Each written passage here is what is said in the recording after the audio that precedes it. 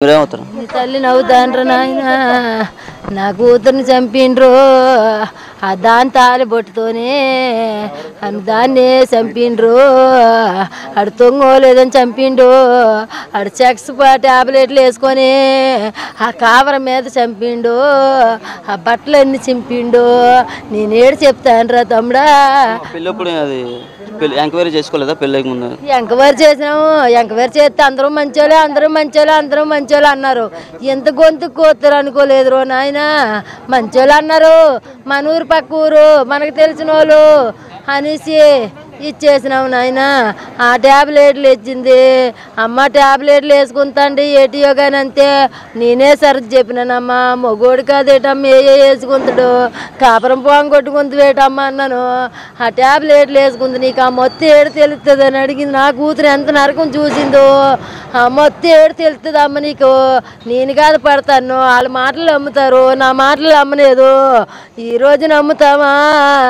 నా కూతురు ఉన్నదే వాళ్ళు వెళ్ళిపోతుంది. తెల్లారుజామునే మా అమ్మ కూతురుకు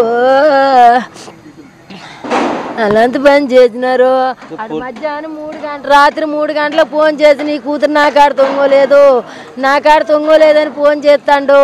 నాయన అదే తొంగుంటుంది లేరా చిన్నపిల్ల అదే తొంగుంటుంది లేరా అన్నాము. ఆడెంత పని చేస్తాడు అనుకోలేదు నాయన. ఆడెంత పని చేస్తాడు అనుకోలేదు. అది తొంగపోతే పిల్లలు చంపించుకుంటారా? తొంగపోతే పిల్లలు చంపించుకుంటారేట్రు.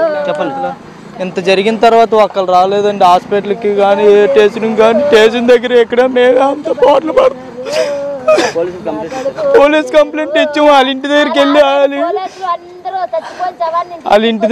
అడిగాము. అంతా చేసాము. వాళ్ళు ఒక్కరికి కూడా ఇంకా తెలియదమ్మా వాళ్ళు పడుకొని ఉన్నారు ఇంకా లేగలేదని అనుకుంటాము అని అంటారు. ఇంకా వాళ్ళ ఇంటికి వెళ్ళి మేము ఎంక్వైరీ చేస్తే రాత్రి 2 గంటలకు వెళ్ళారు. ఏంటనేది ఇంటి దగ్గర ఎవరికి తెలియదు అంటండి. ఇంటి తెల్లవారు ఇల్లు అడిగితే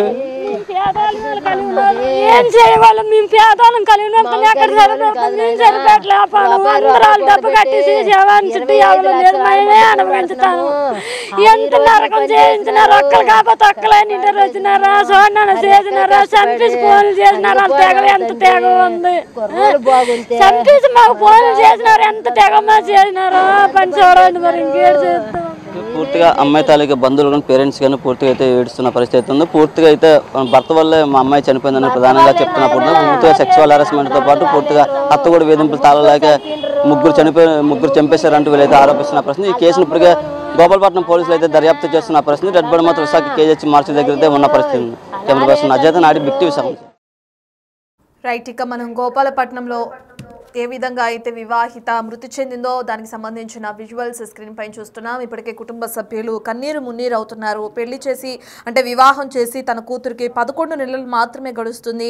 కొన్ని నెలల గ్యాప్లోనే తమ కూతురు ఈ విధంగా మృతి చెందడం పట్ల కుటుంబ సభ్యులు ఆవేదన వ్యక్తం చేయడం కూడా మనం చూస్తున్నాం. దీనికి సంబంధించి పోలీసులు ఇప్పటికే కేసు నమోదు చేసుకున్నారు. దర్యాప్తు కొనసాగిస్తున్నారు. ఎవరైతే అనుమానాస్పదలో తమ కూతురు మృతి చెందిన దానికి సంబంధించి ఆ కారణం ఆ వ్యక్తే అని చెప్పి ఎవరైతే అల్లుడు అతనే కారణం అని చెప్పి కూడా కుటుంబ సభ్యులు ఆరోపిస్తున్నారు. మరి దీనికి సంబంధించి పోలీసుల విచారణ ఏ విధంగా ఉంది, ఎప్పటికి విచారణ పూర్తవుతుంది, ఎవరిని అదుపులోకి తీసుకుంటారనే విషయాలు అయితే తెలియాల్సిందే.